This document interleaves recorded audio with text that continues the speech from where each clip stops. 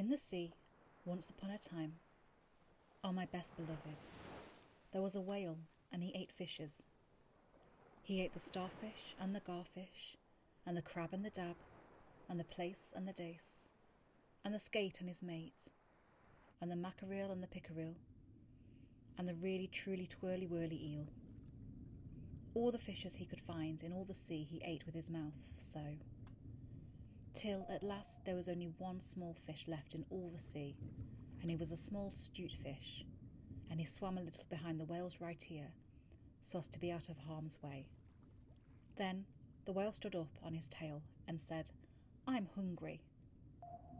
And the small 'stute fish said in a small 'stute voice, "Noble and generous cetacean, have you ever tasted man?" "No," said the whale. "What is it like?"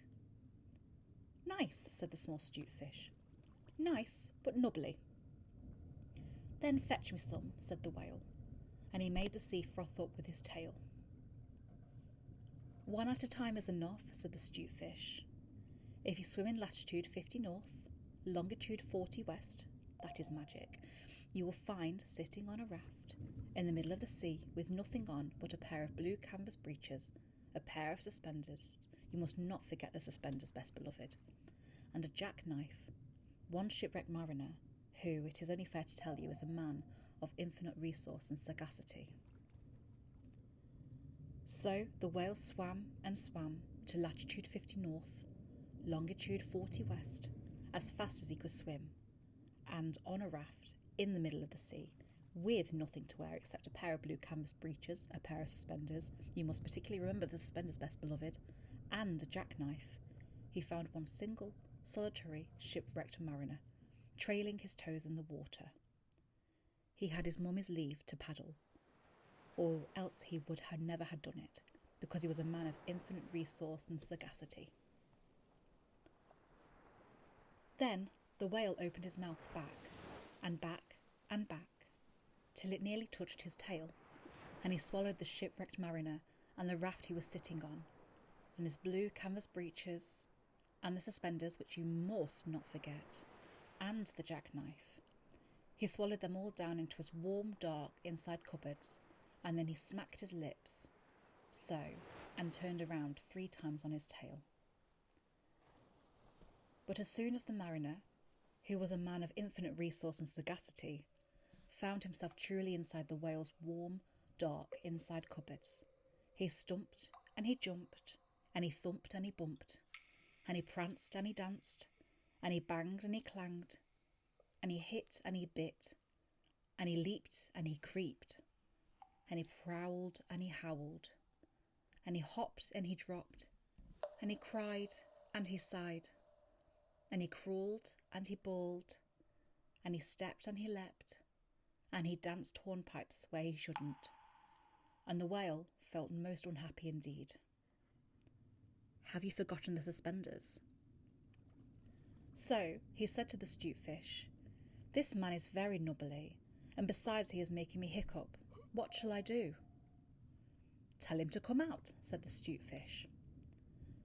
So the whale called down his throat to the shipwrecked mariner, "Come out and behave yourself. I've got the hiccups."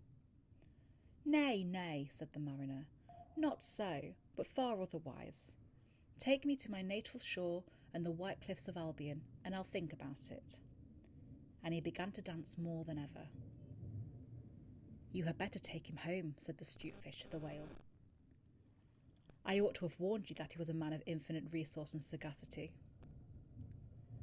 So the whale swam and swam and swam, with both flippers and his tail, as hard as he could for the hiccups, and at last he saw the mariner's natal shore and the white cliffs of Albion, and he rushed halfway up the beach and opened his mouth wide and wide and wide, and said, "Change here for Winchester, Eschalot, Nashua, Keene, and stations on the Fitchburg Road."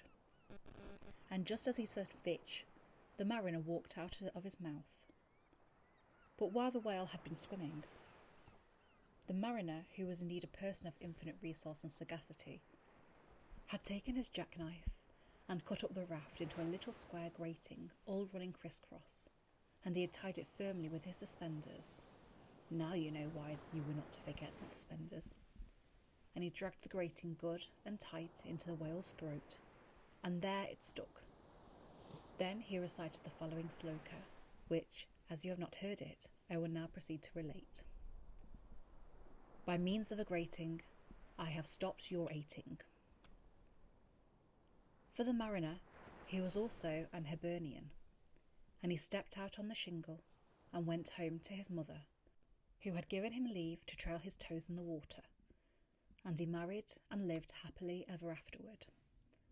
So did the whale, but from that day on, the grating in his throat, which he could neither cough up nor swallow down, prevented him eating anything except very, very small fish.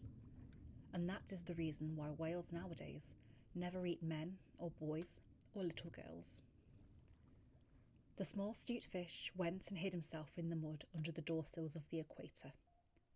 He was afraid the whale might be angry with him. The sailor took the jackknife home. He was wearing the blue canvas breeches when he walked out on the shingles. The suspenders were left behind, you see, to tie the grating with, and that is the end of that tale.